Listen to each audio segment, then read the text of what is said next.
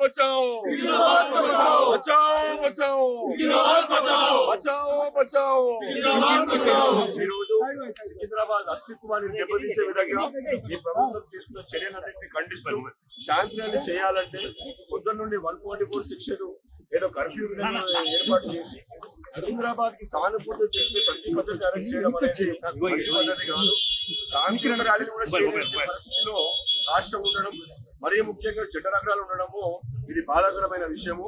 నడి రోడ్డు పైన పొద్దున అత్యాచారంతో పట్టించుకోవాలి కానీ శాంతి ర్యాలీ అని సికింద్రాబాద్ అస్తిత్వం గురించి మేము పోరాడుతుంటే మాత్రము ఎక్కడికక్కడ అరెస్ట్ చేసి వేలాది మంది పోలీసులు ఎక్కడ క్రైమ్ జరిగినట్టు సిటీలో మా పైన పడడం తప్పు.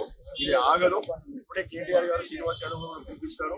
ఫిబ్రవరి మొదటి వారంలో పోలీస్ పర్మిషన్ తీసుకొని మరి తప్పకుండా మేము దీని శాంతి ర్యాలీ మళ్ళీ నిర్వహిస్తాము. నిన్న కూడా పర్మిషన్ పెట్టి 5 రోజులు అయింది.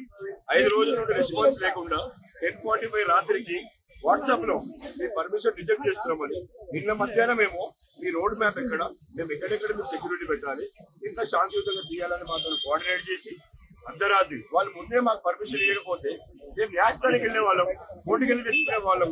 ఇటువంటి పరిస్థితి రావడం సికింద్రాబాద్ ప్రజలకు నిజంగా దురదృష్టకరమైన విషయము. ఇది రెట్టింపు ఉత్సాహంతో వస్తారు ప్రజలు బయటికి. ఎందుకంటే అస్తిత్వ పోరాటం ఎప్పుడూ ఆపలేరు. తెలంగాణ ఉద్యమం అయితే ఎట్లయితే వచ్చిందో సికింద్రాబాద్ ఉద్యమం కూడా అట్లాగే వస్తుంది.